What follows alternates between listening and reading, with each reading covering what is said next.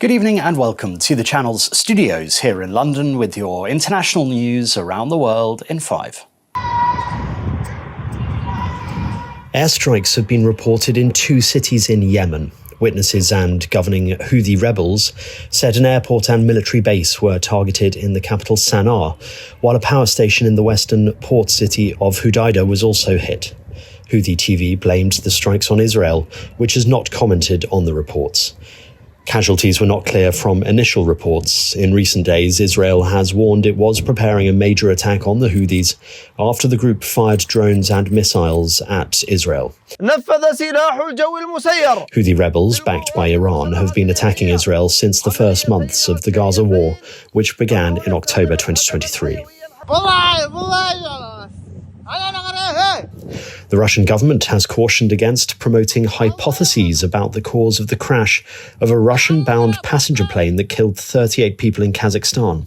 Some aviation experts suggest that the Azerbaijan Airlines plane had been hit by air defense systems over the Russian Republic of Chechnya, and pro-government media in Azerbaijan quote officials as saying a Russian missile was responsible. Here footage showing what appears to be bullet holes in the wreckage. Those investigating initially think it was struck by a Russian Panzer S air defense system, and its communications were paralyzed by electronic warfare systems on the approach into Grozny. Here footage showing the moment the flight crashed near the Kazakh city of Aktau. Before it went down, the plane was diverted across the Caspian Sea from its destination in Chechnya to western Kazakhstan. President Aliyev said a special commission had been set up to investigate causes and all the details of the plane crash. At least 3 people have died in a bus crash in Norway, state media is reporting. The accident happened at around 12:30 local time in Hadsel district on the country's northwestern coast. The bus came off the road and ended up partially in the Asvatnet Lake, that's according to the public broadcaster NRK. It's thought to have been carrying 58 people at the time of the crash. Syria's new rebel-led authorities say supporters of the ousted President Bashar al-Assad have killed 14 Interior Ministry troops in an ambush in the west of the country. They say 10 other troops were wounded in the fighting on Tuesday near the Mediterranean port of Tartus, a stronghold of Assad's minority Muslim sect.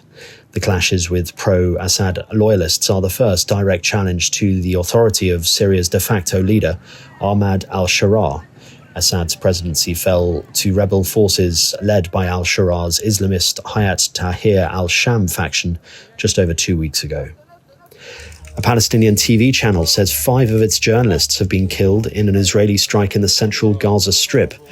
They were in a Quds Today van parked outside Al-Auda hospital, where the wife of one of the journalists was about to give birth in the central Nuseirat refugee camp. The channel posted a video of what it says was the burning vehicle with press signage on the back doors.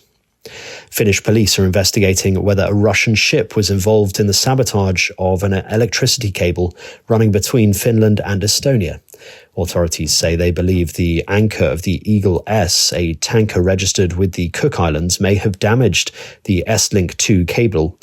The vessel is thought to be part of Russia's Shadow Fleet, which is made up of ships that carry embargoed Russian oil products. It is the latest in a series of incidents in recent years in which underwater cables in the Baltic region have been either damaged or severed completely. And amid rising concerns for cyclist safety in Mexico, a group of parents in Mexico City have taken an inspiring initiative to promote cycling as a safe and viable mode of transportation for children. Known as the Bike Bus, the initiative began 2 years ago, intending to safely escort children using bicycles to school.